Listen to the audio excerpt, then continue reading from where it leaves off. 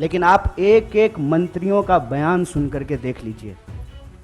जो लोग अग्निपथ योजना का फायदा गिना रहे हैं, ऐसा लग रहा है कि कोई चीज वो बेचने की कोशिश कर रहे हैं। जैसे सेल्समैन की भाषा होती है ना, वाह मेगा बम्पर ऑफर चल रहा है, आपको 20 लाख रुपया भी मिल जाएगा, 4 साल में आप रिटायर भी हो जाएंगे, फिर आपको रिजर्वेशन भी मिल जाएगा।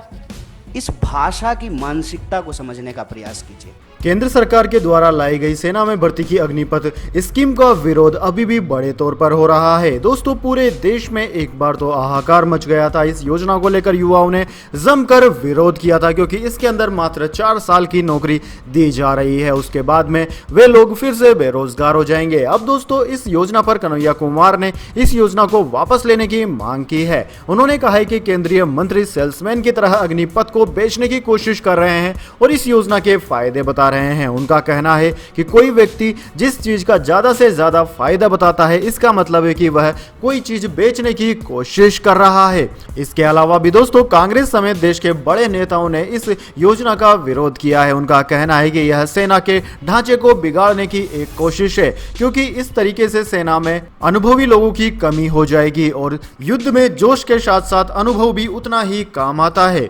दोस्तों, 14 जून की शाम तीनों सेना के प्रमुखों ने अग्निपथ का ऐलान कर दिया था। उसके बाद में पूरे देश में एक तरीके से झटका सा लग गया। जो भी लड़के सुबह सुबह और देर शाम तक अभ्यास करते रहते थे दौड़ लगाने का, वो सब सड़कों पर आ गए। उन्होंने इस योजना का जमकर विरोध किया। बिहार, उत्तर प्रदेश, मध्य प्रदेश, राजस्थान आदि राज्यों में तो कई सारी घटनाएं घटित हुई। रेलवे का लगभग 1000 करोड़ का नुकसान हो गया। सबसे ज्यादा बवाल तो दोस्तों बिहार राज्य में हुआ।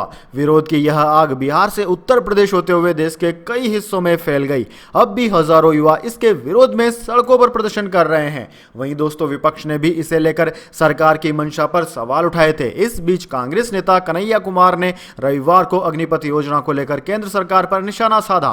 कांग्रेस नेता ने कहा कि केंद्र को राष्ट्रीय सुरक्षा के साथ खिलवाड़ नहीं करना चाहिए। उन्होंने सरकार से अग्निपथ योजना को तत्काल वापस लेने की मांग की है। दोस्तों, सेना भर्ती की नई योजना का विरोध करते हुए उन्होंने कहा कि कांग्रेस कार्यकर्ता सोमवार को बिहार के सभी 243 विधानसभा क्षेत्रों में इस योजना के खिलाफ विरोध मार्च निकालेंगे। इस दौरान उन्होंने कहा कि केंद्रीय मंत्री सेल्समैन की तरह इस योजना को बेचने की कोशिश कर रहे हैं। जेएनयू के पूर्व छात्र संघ अध्यक्ष ने कहा कि केंद्र में भाजपा के नेतृत्व वाली एनडीए सरकार देश भर में बेरोजगारी की समस्या को दूर करने के लिए गंभीर नहीं है। अग्निपथ योजना लाकर मोदी सरकार ने रक्षा क्षेत्र में नौकरियों को अनुबंधित कर दिया है। केंद्र सरकार को राष्ट्रीय सुरक्षा के साथ नहीं खेलना चाहिए। हम योजना को तत्काल वापस लेने की मांग करते हैं।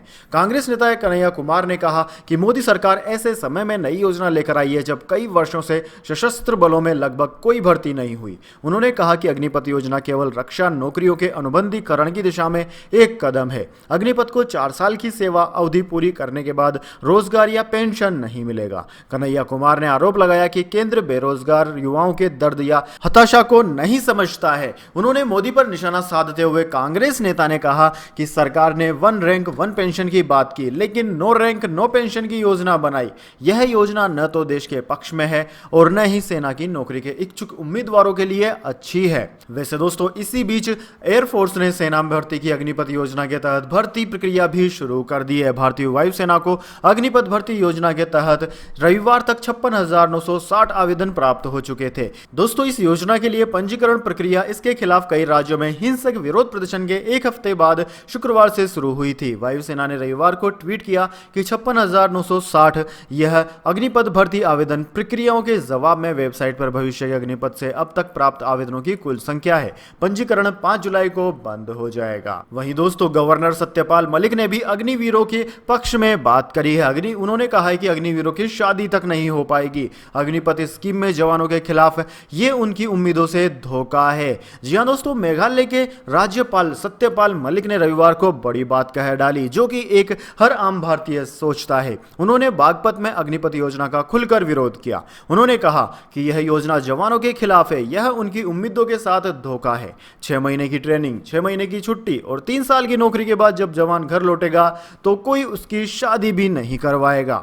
राज्यपाल सत्यपाल मलिक रविवार को बागपत के खेकड़ा कस्बे में थे। वे अपने दोस्त गजे सिंह धमा के देहांत पर उनके परिवार को सांत्वना देने आए थे। उन्होंने केंद्र सरकार को पुरानी योजना के अनुसार ही सेना में भर्ती प्रक्रिया जारी रखने की सलाह दी है। दोस्तों, राज्यपाल सत्यपाल मलिक ने कहा कि मैं रिटायरमेंट के बाद राजनीति नहीं करूंगा, मेरी ऐसी कोई इच्छा नहीं है, नहीं मैं चुनाव लड़ूंगा। पद मुक्त होते ही कश्मीर पर किताब लिखूंगा, किसानों नौजवानों की आवाज बनूंगा, उनके लिए संघर्ष करूंगा। राज्यपाल सत्यपाल मलिक 12 बजे बागपत पहुंचे थे। यहां पर उन्होंने गार्ड ऑफ ऑनर की सलामी के बाद अपने खास दोस्त की फोटो पर फूल चढ़ाए। वहीं दोस्तों, अग्निपथ योजना को लेकर कांग्रेस ने देशव्यापी प्रदर्शन किया। सभी विधानसभा क्षेत्रों में शांतिपूर्ण तरीके से पद यात्रा निकाली। फैसला वापस लेने की मांग भी की गई। पार्टी पदाधिकारी फैसले को वापस लेने की मांग करते हुए राष्ट्रपति को संबोधित ज्ञापन सौंपेंगे। दोस्तों, प्रदर्शन उग्र न हो, इसे लेकर प्रशासन की ओर से सुरक्षा के कड़े इंतजाम भी किए गए हैं।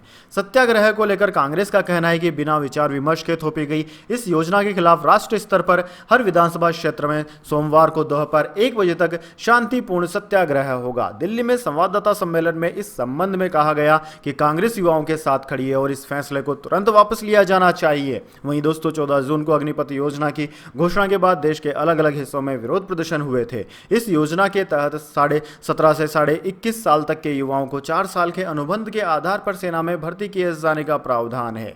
4 साल की सेवा पूरी करने के बाद उनमें से 25% को नियमित सेवा के लिए चुना जाएगा। साल 2022 के लिए आवेदकों की ऊपरी सीमा बढ़ाकर 23 साल कर दी गई है। इसके अलावा भी सरकार ने इस योजना को घोषित किए जाने के बाद इसमें कई सारे बदलाव किए, जैसे कि इसमें कई सारी बेल्ट की नौकरियों में आरक्षण देने की बात भी कही गई है कि जो अग्निपथ स्कीम में भर्ती होगा उसे 10% का आरक्षण अन्य नौकरियों में दिया जाएगा।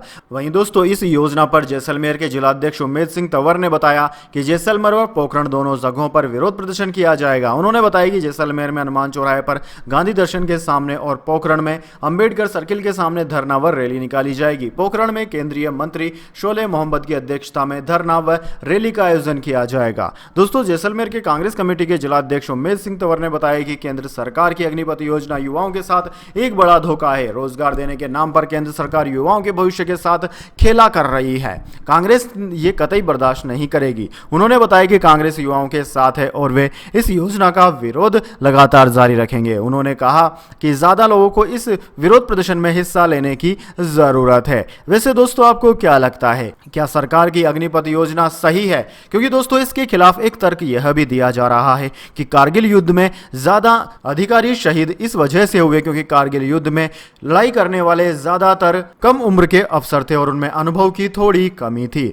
और कहना है कि सेना में जोश के साथ साथ अनुभव भी उतना ही काम आता है जितना जोश। तो ऐसे में विरोध की बात करने वाले लोगों का कहना है कि जब कभी युद्ध की स्थिति पनपेगी तो जोश से काम नहीं चलेगा, जोश के साथ अनुभव भी उतना ही काम आएगा जितना कि जोश। इस वजह से अगर अग्निपथ योजना के तहत युवाओं की भर्ती कर दी जाती है तो भारतीय सेना में युवाओं की मात्रा ज्यादा हो जाएगी और ज्यादा उम्र के लोगों की संख्या कम हो जाएगी। ऐसे में भारतीय सेना अनुभवहीन हो जाएगी और अनुभव की कमी भारतीय सेना के लिए अच्छी बात नहीं है। इस बारे में केंद्र सरकार को एक बार फिर से विचार करना चाहिए या फिर अग्निवीरों के कार्यकाल को और बढ़ाना चाहिए। वैसे दोस्तों, आपके इस बारे में क्या विचार हैं? कमेंट बॉक्स में अपनी राय जरूर दीजिए। साथ ही दोस्तों, इस वीडियो को ज्यादा से ज्यादा लाइक और शेयर करें और काम की खबरों के लिए हमारे यूट्यूब चैनल को सब्सक्राइब करना ना भूलें। साथ ही अपने दोस्तों के साथ व्हाट्सएप और फेसबुक पर इस वीडियो को शेयर जरूर करें। धन्यवाद।